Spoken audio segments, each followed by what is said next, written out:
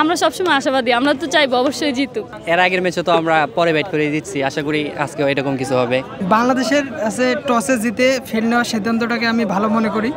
তো যেই দলের সাথে খেলা হোক খুব ভালো লাগতেছে। এমনি আমরা টিভি রুমে দেখি হলে, তো এরকম একটা প্রাণবন্ত পরিবেশ আমরা পাই না। এখন আমরা সব হলের আপুরা দেখতে পারবো এবং নিরাপদভাবে বাউন্ডারি সেট করা আছে, আমরা মেয়েরা আলাদাভাবে বসে নিরাপদে দেখতে পারবো। আজকে জয়ের ব্যাপারে কতটুকু আশাবাদী? সম্পূর্ণ 100%। দেশের প্রতি তো অবশ্যই টান আছে, সেই ক্ষেত্রে আমরা অবশ্যই চাইবো যে দেশে জিতুক। ইনশাল্লাহ আশা করি তো ভালো করবে ইনশাল্লাহ, দেখি কি হয় তারপরে। এর আগের ম্যাচে তো আমরা পরে ব্যাট করে দিচ্ছি, আশা করি আজকেও এরকম কিছু হবে, সেকেন্ড ইনিংসে ইনশাল্লাহ। আচ্ছা, দেখা গেল যে অনেক বড় একটা স্কোর গড়ে তুললো ভারত, সেক্ষেত্রে কি হবে? এটা হতেই পারে, এটা তো প্রথম ইনিংসে হতেই পারে। দ্বিতীয় ইনিংসে আমরা ভালোভাবে ঘুরে দাঁড়াবো, ব্যাটিং ভালো করবো ইনশাল্লাহ। আর আজকে তো হয়তো বোলিং লাইন আপও ভালো হবে। ইন্ডিয়া যেহেতু ভালো দল, আগেও ভালো খেলছে, তা আশা করি আমরা একটা ফাইটিং ম্যাচ হবে, আমরা উপভোগ করবো ম্যাচটা। বাংলাদেশের আছে টসে জিতে ফিল্ড নেওয়ার সিদ্ধান্তটাকে আমি ভালো মনে করি।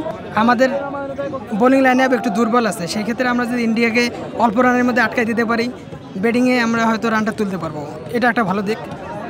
আর দ্বিতীয়ত হচ্ছে আজকের এই মহসিন হলের উন্মুক্ত প্রাঙ্গণে ডাকসু পরবর্তী খেলার আয়োজন, এটাকে আমি খুবই ইতিবাচক হিসেবে নিচ্ছি। কারণ এর আগে আমরা যেগুলো দেখছি যে বড় টুর্নামেন্ট যেগুলো হয় বা ফিফা বিশ্বকাপ, এই খেলাগুলো টিএসসি বা ওইখানে আয়োজন হয়েছিল, তো ক্রিকেট ম্যাচ হিসেবে আজকে যেহেতু এখানে হয়েছে, এটাকে আমি খুবই পজিটিভ হিসেবে নিচ্ছি। এবং আশা রাখবো যে নতুন যে নেতৃত্ব ডাকসুর, এরকম আরও গুরুত্বপূর্ণ খেলাগুলো এরকম বড় পরিসর আয়োজন হবে।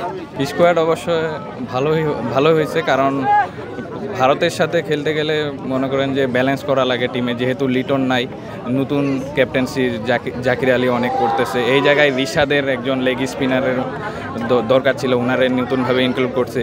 এবং ফাস্ট বোলার তানজিম হাসান সাকিব, যিনি অনেক আগ্রাসী বল করে, যেটা আমাদের জন্য অনেক দরকার ছিল।